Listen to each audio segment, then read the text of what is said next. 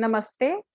My name is JVN Manisha Singh, Assistant Professor in Department of Food and Biotechnology under Faculty of Agriculture and Veterinary Sciences in Jyoti Vidyapeeth Women's University, Jaipur. Today, I am teaching you subject food safety and quality control. And in this session, we will discuss all about the food safety hazards and food hazards and its contamination. So let's begin with the topic. What is hazards? So the hazard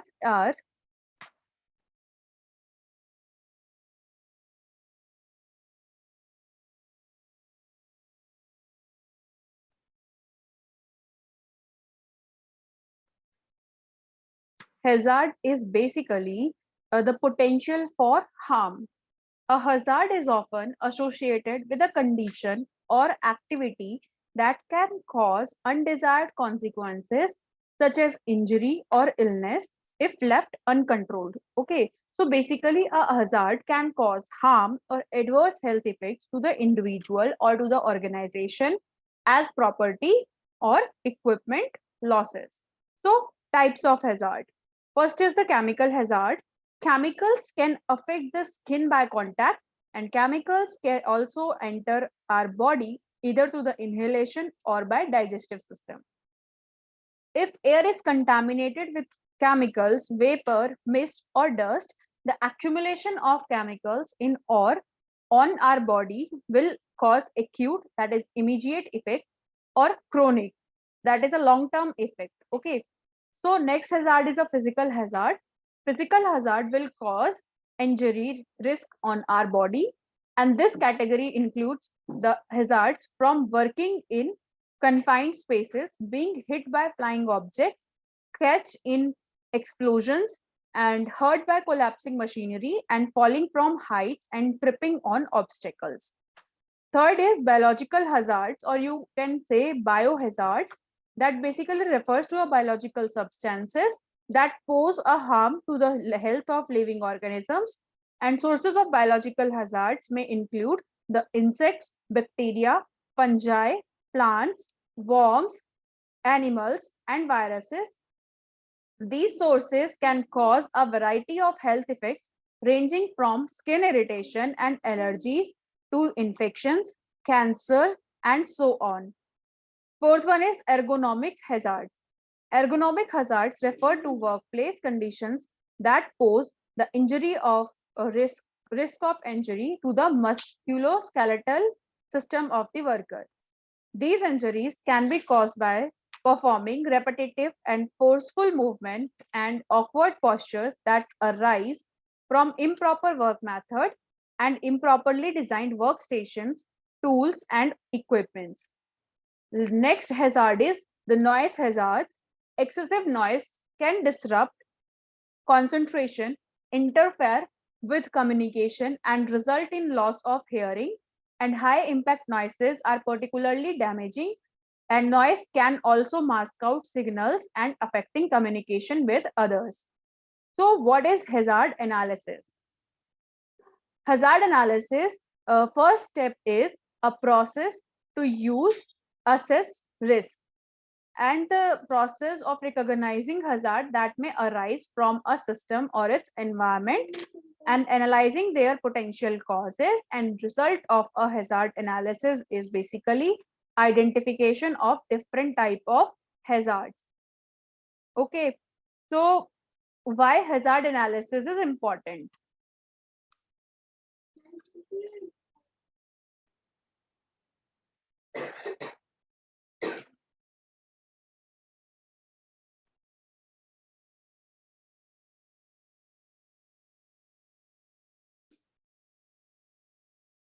Why hazard analysis important?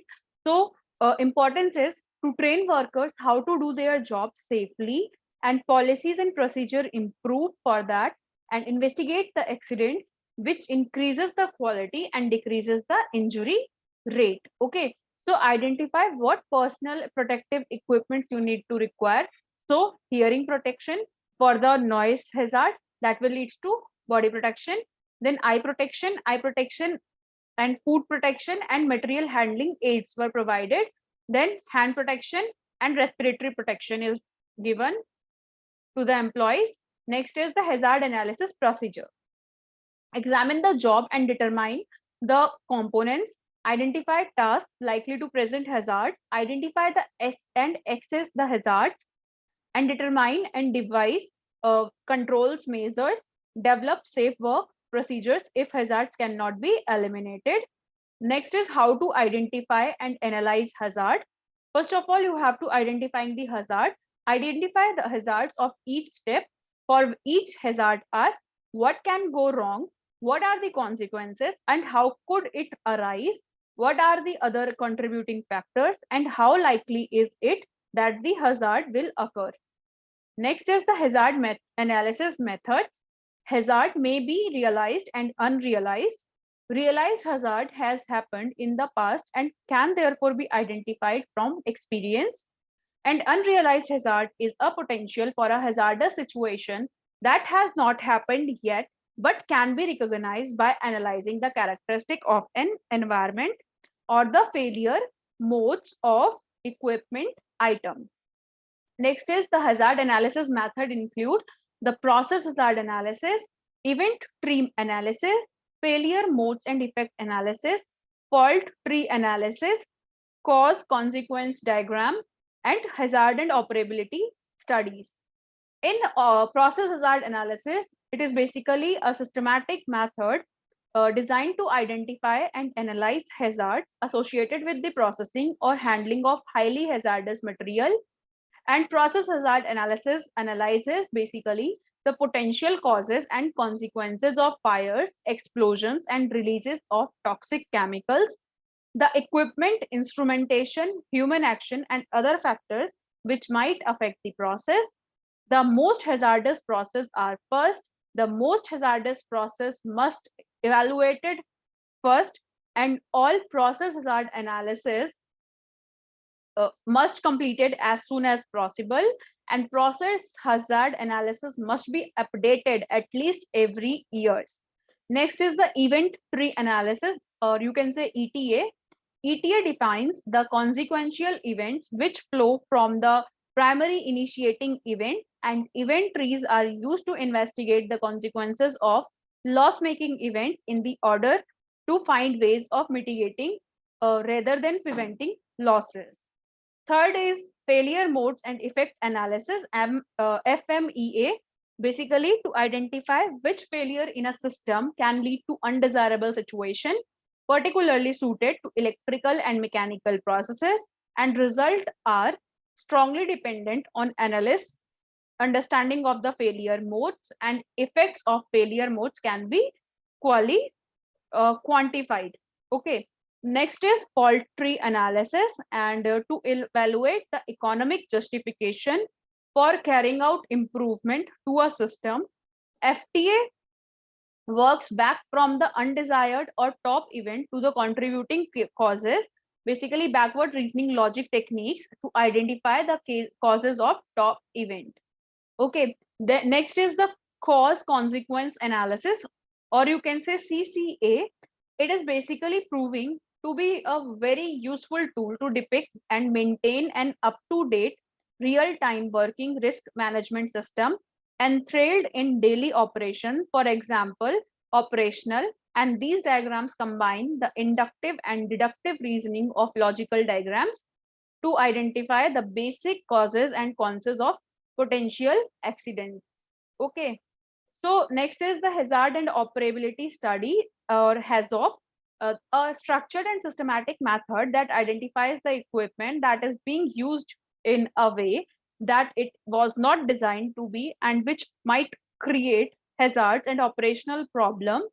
HAZOPs are usually conducted by multi-skilled team that studies piping and instrument diagrams.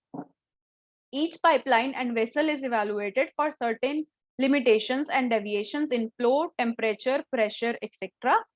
Now, how to control the hazard? Controlling the hazards, the order of precedence and effectiveness of hazard control in the following way: by engineering control, administrative control, and personal protective equipment. Engineering controls include the following: by elimination and minimization of the hazard, substitution of equipment or the process to decrease the hazard, and isolation of the hazard with interlocks, machine guards, blast shields, or other means, and removal of redirection of the hazard, such as with local and exhaust ventilation. Second is administrative controls. So it includes basically the written operating procedures, work permits, and safe work practices. Exposure time limitations, basically used most commonly to control the heat stress and ergonomic hazards, and monitoring the use of highly hazardous material, alarms, signs, and warnings, buddy systems, and training.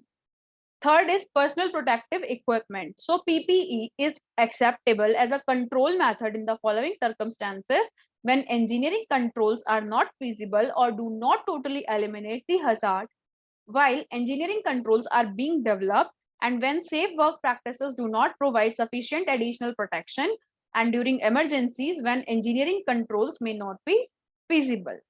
Now, the case study of hazard analysis is this case study describes a fire and a series of explosions in Olefins production unit located in Point Comfort, Texas, due to hydrocarbon release. 16 employees were injured and one seriously injured. The fire burned for 5 days. Incident description is as: at 3:05 p.m. on October 6, 2005, a trailer being towed by a forklift snagged and pulled a small drain valve of a liquid propylene system and vaporized propylene, forming a large flammable vapor liquid. Operators began to shut the plant down and attempt to isolate the leak, but the attempt was failed. Okay, so the vapor ignited and created an explosion. As a result, 2 operators were burned and fire reached more than 500 feet in air. And the fire burned for 5 days, and about 7 million gallons of water were used to cool the vessel. Okay. Highway 35 that run adjacent to the Formosa complex and through Point Comfort was closed. A shelter in place were provided for Point Comfort community, and it was recorded about 20 local residents need medical evaluation at local hospitals. Okay, so that is the case study of that. And now we will discuss about the contamination. Okay, so food contamination is basically the presence of physical, chemical, or biological matter in our food or food environment, and contamination can occur at the several points along with the food chain, on the farm or in the field, at the slaughter plant, during the processing, at the point of sale, before the delivery, at home, by customers, and because of poor hygiene. So contamination may occur at any point of the food chain. So types of contamination is: physical hazards include physical contamination includes the hair, glass, paper, plastic, scraps, rodent droppings, flies, bones for meat or fish. Chemicals contamination is pesticides sprayed on fruit or vegetables, and freezer refrigerants, drugs, food additives, and chemicals from cleaning product, and metal or non-food grade cookware and storage. Biological is bacteria, viruses, fungi, and parasites. Biological contamination usually occur due to ignorance, a lack of space, or poor building design, and it may also occur when food handlers take shortcuts or do not practice good hygiene. Why? Which type of contamination do you think occur most oftenly? So biological contamination is the most common type of contamination and can have very serious consequences, as it is usually hard to detect at first, and but may result in spoiled food, foodborne illness, or even to the death. Then what are the causes of contamination? Cross contamination, poor personal hygiene, improper cleaning and sanitation, time and temperature abuse, and what is the temperature danger zone? So it is already discussed in our previous sessions. So refer these topics. And what are the causes of contamination? So cross contamination is basically a transfer of microorganisms or chemicals from contaminated food, hands, or contact surfaces to other foods or surfaces. Proper hand washing, cleaning, sanitizing, and storage can prevent cross contamination, and raw food must always be stored below ready to eat food to avoid cross contamination. Okay, employees who does not who don't wash their hands properly or often enough are one of the biggest risks to proper food safety. Okay, other measures such as wearing proper attire, using hair restraints, and covering sores and cuts also help to prevent the contamination of food. Okay, so unclean or unsanitized equipment can contaminate food. Abuse of temperature danger zone is not a cause of food contamination, but rather it allows bacteria that are there to multiply rapidly, and food must be stored at the proper temperature to ensure its quality. At temperature danger zone exists between the 5 degrees Celsius to 57 degrees Celsius. Minimize the time that food is exposed to this temperature danger zone. Prevention is basically, what do you check when you're receiving the food? Correct labeling, proper temperature, proper appearance, delivery vehicle, signs of pest, and placement of the raw foods. Okay, then prevention for storing food. Put food away in a certain order, chilled, frozen, dry, and store food in original packaging. Use the FIFO, first in, first out, and minimize time in the danger zone. Prevent cross contamination. A good storage area has refrigerators, freezers, and dry storage at the correct temperature. Refrigerators and freezers that are not overloaded. A lock and key is also there. A well-maintained, dry, cool, clean, well-lit, ventilated dry storage, and food 6 inches above the floor and 4 inches away from the walls. Food separate from all cleaning chemicals and clothing closets. Okay, so that is important to prevent the contamination. And from this session, various questions may be asked in your final exams, like what is contamination, what are the causes of contamination, and what is hazards, how many types of hazards are there, and explain a case study of hazard, or it may be a industrial hazard, or it may be a food industry hazard. It will depending upon the situation. So thank you so much for watching this session.